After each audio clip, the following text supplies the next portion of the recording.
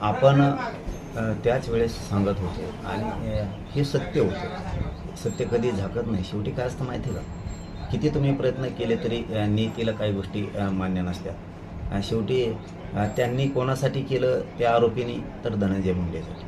ही धनंजय मुंडेची एक संघटित गुन्हेगारी करणारी टोळी होती. म्हणजे जमिनी हडपायचे, कुठं खंडण्या वसूल करायचे आणि हे धनंजय मुंडेला सगळा पैसा दिला जायचा त्यांच्याकडून. एक नंबरचा आरोपी तो हे टोळी तयार करून असे कृत्य घडून आहे.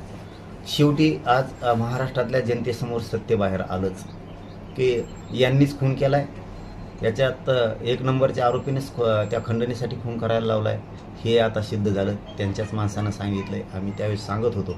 तर हे त्यांच्याच काही धनंजय मुंडेच्या टोळीला ही गोष्ट पटत नव्हती की ते सांगायचे की आमचाच माणूस चांगला आहे. म्हणजे खून करणारा माणूस कधी चांगला नसतो. तरी या धनंजय मुंडेंनी त्यांना मोर्चे काढायला लावले, रस्ता रोको आंदोलनं करायला लावले.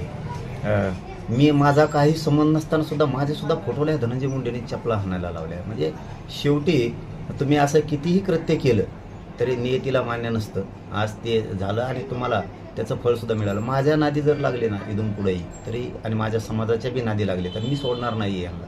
कारण हे सत्यच आहे की यांनी खून केला आणि धनंजय मुंडेच्या सांगण्यावर केला.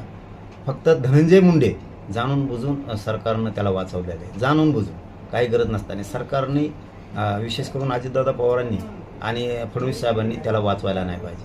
कारण त्यांनी इतकी क्रूर हत्या घडून आणली की अशी क्रूर हत्या या राज्यात कोणीच केली नव्हती. म्हणून त्याला पाठीशी घालू नका.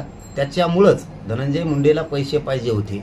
धनंजय मुंडेच्या कार्यालयात ही बैठक झाली आणि त्याच्यानंतर खंडणी, अपहरण आणि खून ही घडून धनंजय मुंडेने आणला. त्यामुळे 302 मध्ये धनंजय मुंडे आरोपी 100% तो झालाच पाहिजे आणि गृहमंत्र्यांनी ती करावं सुद्धा. फडणवीस साहेबांनी जर केला नाही तर एक ना एक दिवस बदलणार आणि या संतोष भैयाच्या खून खटल्याचा पुन्हा तपास होणार.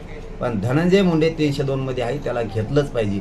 हे जे आरोपी आहेत यांनी जे आता कबुली दिली की खून आम्ही केला, अपहरण आम्हीच केलं, त्यांनी हेही सांगितलेलं असावं की धनंजय मुंडेच्या सांगण्यावरूनच आम्ही केले. कारण धनंजय मुंडेचेच कार्यकर्ते आहेत ते. धनंजय मुंडेलाच पैसे देत होते, त्याच्याच पक्षातले, त्याचेच कार्यकर्ते आणि रोज त्याच्या जवळ राहत होते.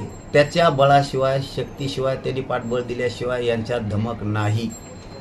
तो 100% 302 मध्ये आहे. सरकारी प्रतिनिधी या आंदोलनात घुसले सरकारचे आणि त्यांनी धनंजय मुंडेला वाचवलं. त्यांनी डोक्यावर पाप घेतलेलं आहे. त्याचा परिणाम आणि फळ त्यांनाही भोगावं लागणार.